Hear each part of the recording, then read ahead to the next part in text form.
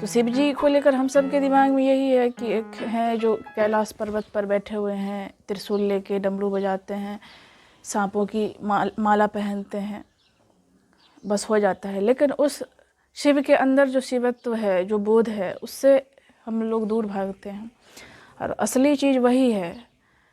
तो अगर आप इस शिवरात्रि पे सही में जानना चाहते हैं कि शिव क्या है, कौन है, उनसे परिचित होना चाहते हैं, आज महाशिवरात्रि है और आज के दिन भगवान शिव की पूजा होती है, उनकी शादी होती है। हम सभी मंदिर जाते हैं, शिवालय जाते हैं, फल फूल, दूध, बेलपत्र, वो हर चीज़ चढ़ाते हैं। लेकिन ये सब आप पिछले कई सालों से कर रहे होंगे और हर साल ऐसे ही शिवरात्रि आता है और हम सब वही चीज़, जो कुछ चीज़ें हैं उसको दोहराते हैं। पूजा पाठ करने की जो विधि है, तो मैं चाहती हूँ कि इस शिवरात्रि पर आप वो जो आप करते आ रहे हैं, बिल्कुल आपकी इच्छा है तो आप करें। ये भक्ति भाव प्रकट करने की ये भी अपना एक तरीका है। लेकिन कभी आपके मन में ये जिज्ञासा नहीं उठी कि आखिर ये शिव हैं कौन? हमारे सामने, इस पूरे मानव समुदाय के सामने शिव को क्यों लाया गया? हमारे जो पूर्वज होंगे, शिव के बारे में शिव पुराण है, बहुत सारी कथा है, कहानियाँ हैं। तो ये सब इसलिए किया गया क्योंकि इसके पीछे एक उद्देश्य है कि मानवता को एक मैसेज दिया जाए। आखिर हम सब पैदा होते हैं तो क्या करना है हमारे जीवन में, कैसे जीना है, किस ऊंचाई को छूना है।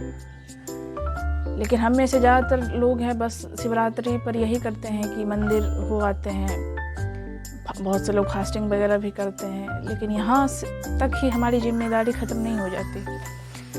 हम सब का मतलब उस शिवत्व से है, उस समझ से है, उस बोध से है, जिस उद्देश्य से शिव जी को हमारे सामने लाया गया, एक आदर्श की तरफ पेश किया गया।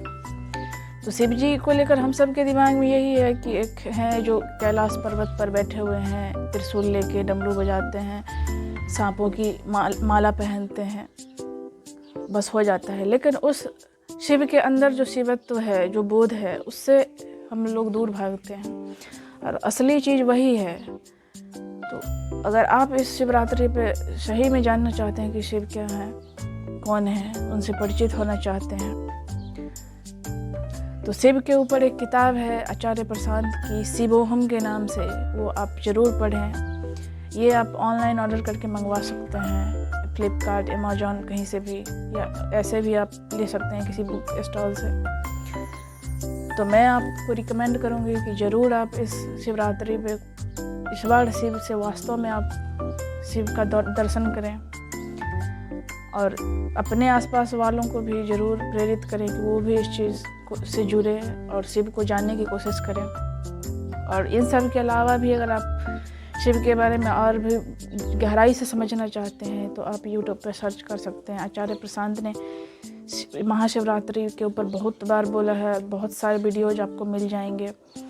2-2 घंटे का एक वीडियो है, आप उसको देखना शुरू करें और शिवरात्रि के दिन आप कर सकते हैं ऐसा। पूजा पाठ जो भी आपको करना हो आप ज़रूर करें, लेकिन इस पूजा पाठ के आगे भी कोई चीज़ है और आप इसको जानेंगे, समझेंगे, तब आपको लगेगा कि इतने दिनों से हम क्यों अनजान थे ऐसी चीज़ों से।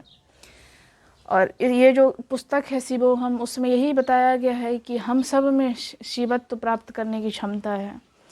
आप जो उच्चतम हो सकते हैं, आप अपनी चेतना को जिस ऊंचाई तक ले जा सकते हैं, उस उच्चतम संभावना को ही शिव कहा गया है। शिवत्व एक बोध है। आप कहीं किसी रूप में अगर शिव को खोज रहे हैं तो वो आपको कहीं नहीं मिलेंगे।